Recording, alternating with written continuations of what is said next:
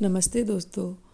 महालक्ष्मी की पूजा आइए देखते हैं कैसे की मैंने महालक्ष्मी पूजा करने के लिए सुबह माता रानी के लिए पकवान बनाए। और पकवान में मैंने माता रानी के लिए जो स्पेशल भोग होता है वो मीठे आटे का जो चीनी में मिला के बनाया जाता है, पुआ वाला आटा उसी से बनाया जाता है, उसको सुरा बोलते हैं। मैंने बनाया और देखिए ये सुरा बनकर तैयार हो गए हैं। और अब मैं इनको धीमी आंच पे फ्राई कर रही हूँ। माता रानी के लिए आटे और बेसन की जल्ली बनाई जाती है। 16 उनके लिए पूड़ियाँ छोटी सी बनाई जाती हैं। 16 सुरा बनाए जाते हैं, 16 दिया बनाए जाते हैं। सब कुछ बना लिया मैंने। माता रानी की चौकी पर स्थापना कर ली। और कोई भी पूजा करते हैं हम लोग तो गौरी गणेश का पूजन ज़रूर किया जाता है। तो सुपाड़ी को गणेश मानकर उनकी पूजन की जाती है, इसलिए मैं गणेश पूजन की हूँ पहले और गौरी पूजन की हूँ। गौरी गणेश पूजन करना बहुत ही आवश्यक होता है। कोई भी पूजा आप करते हैं तो पहले गौरी गणेश की आराधना की जाती है। और मैंने गौरी माता की पूजा की, गणेश पूजन किया और उसके बाद वरुण देवता जो कि घंटी में विराजमान होते हैं, मैंने वरुण देवता का भी ध्यान किया। कोई भी पूजा होती है उसमें गणेश पूजन, गौरी पूजन और फिर उसके बाद वरुण देवता का पूजन किया जाता है, दीपक पूजन किया जाता है। विधि विधान से हम जब पूजन करते हैं तो माता रानी या कोई भी प्रभु की आराधना करते हैं वो अवश्य हमारी पूजा को स्वीकार करते हैं। अब हमने सभी का पूजन कर लिया है। अब हम अपनी माता लक्ष्मी जो गज रूप में है, जिसकी पूजा की जाती है महालक्ष्मी के दिन, मैं उनकी पूजा करूँगी। पहले मैं उनको विधिवत पंचामृत से स्नान कराऊँगी। और मैंने ये मेरा जो बॉल है इसमें मैं सभी भगवान जी को रोज़ स्नान करवाती हूँ। ये पीतल का है। और अब मैं माता रानी का पंचामृत से स्नान कराऊँगी। पंचामृत में सबसे पहले गाय का दूध से स्नान कराया जाता है।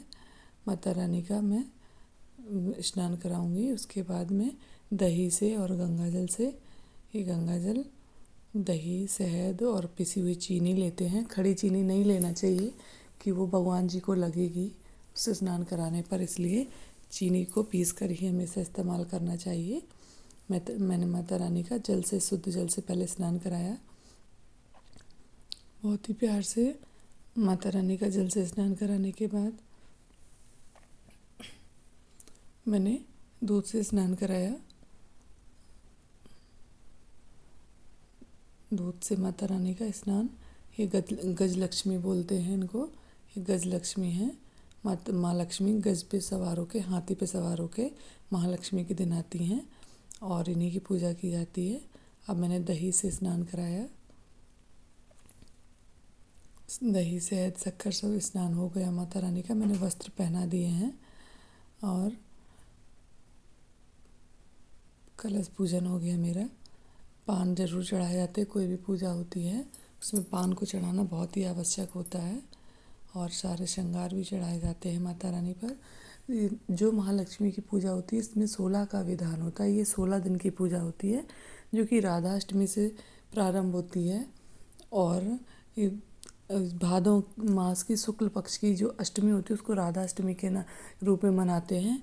तो ये राधाष्टमी से शुरुआत होती है इसकी। और अश्विनी मास की पितृपक्ष की जो अष्टमी होती है तब इसका उस दिन ये पूरा होता है व्रत। तो ये 16 दिन का व्रत होता है। तो इसमें हर चीज़ 16 की ही संख्या में चढ़ाई जाती है। 16 चूड़ियाँ चढ़ाई जाती हैं, 16 दिए चढ़ाए जाते हैं, 16 सुरा चढ़ाए जाते हैं, 16 श्रृंगार चढ़ाए जाते हैं माता रानी के। तो जो लोग भी उद्यापन जिनको करना होता है वो सारे 16 श्रृंगारों को 16-16 की संख्या में चढ़ाते हैं।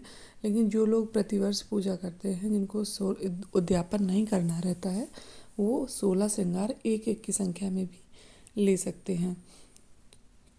माता रानी को मिष्ठान भी भोग लगाते हैं।